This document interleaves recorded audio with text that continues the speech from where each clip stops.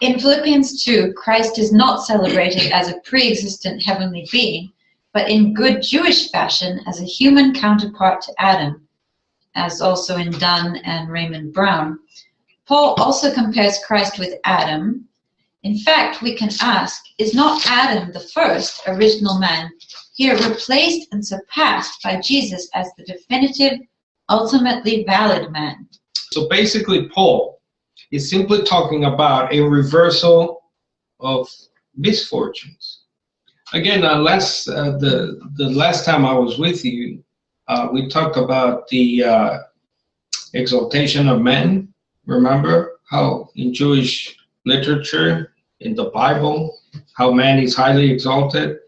We looked at some extra-biblical works like Wisdom and so on, where the fall was huge. Man was the man, right? He was the guy. He was overall, ruler overall. We get glimpses of that in Genesis 1, where he made us for a specific purpose, remember, to rule over all creation. So that's a huge fall. So basically that's basically in a nutshell the Adam Christology. That what Paul is really saying here is that because of the one man, this happened. Then because of the second man, Jesus, the second man as in Adam, Adam is Hebrew for man, right? The word Adam, the second man will overturn that situation. That's simply put. Another key thing to this Adam Christology is verse 5. The topic here is, this is a key verse because Paul has put his stake in that this is about the human Jesus, not some pre-existent being, whatever you think Jesus was, angel, little g God, or God. No, it's talking about the man, the Messiah, Jesus. It's funny that Cambridge Bible for school and colleges, they do note this verse, and look what they say about this. I mean, that's how difficult it is. I'm just showing you this to show you how difficult it is for them to deal with this simple verse. So, I mean, they'll refer to it. So, before he became man, he was Jesus? He was Jesus. I mean, it makes no sense. So that's just a preview of what the... Now, let's go back to this Adam Christology. So it's Adam versus Adam, the first versus the second, right? A contrast. So this is what I believe it all comes down to, this simple point. So the first Adam wanted to be like God, right? As something to rob or grasp. I'm trying to link this to Philippians 2. Point to his rebellion, Adam rebellion, counted as disobedience, right? Third, forcibly humbled by God via the curse. He was punished by God by forcing him to live a life like a slave. So that's point 4. Slaves to sin, maybe that's the connection there, that we're slaves to sin, although we're obviously slaves to Christ now. Now, this is the contrast with the second Adam of Philippians 2. He was like God, but emptied himself. Compare Isaiah 53, like a sheep to the slaughter. We'll read a bit of Isaiah 53, which is key in this discussion later.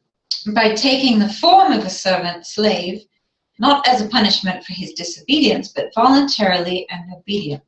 And the last point. As a result, he was raised from the dead and super exalted by God. Philippians 2:9, compare Psalm 110:1. Now that's key. Verse 9 is another key thing because it's one of the many allusions to Psalm 110:1, right? So you got, so this Adam, the second Adam, has a God, obviously, and God super exalts him, is the Greek there. Super exalted. And James Dunn does good work on this in his Christology in the Making. And how did he super exalt him? Well, by taking him up into heaven and seating him at his right hand. Remember, all the right hand references are references to Psalm 110:1. a key verse, as we well know, where you have God talking to someone who is not God.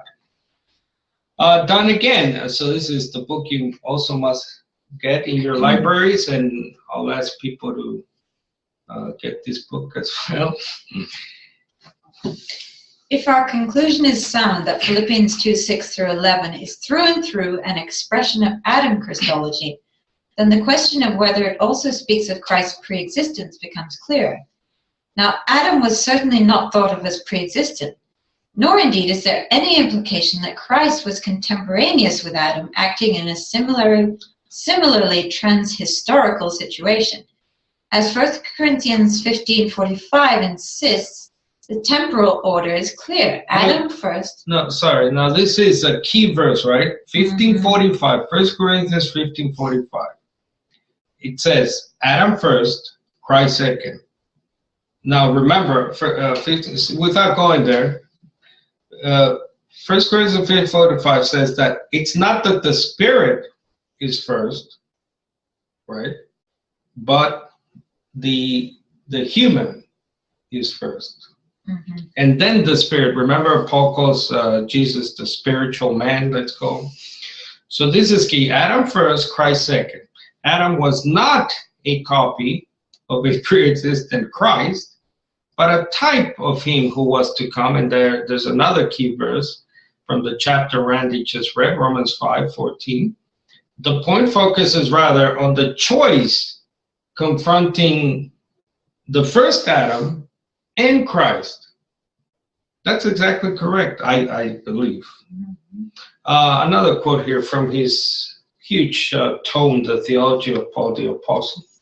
As a continuation of the appeal of 2:1-4, Christ is presented as one who did not stand on status, but emptied himself, as one whose whole life speaks of serving, not grasping, as one whose way to exaltation was only through death.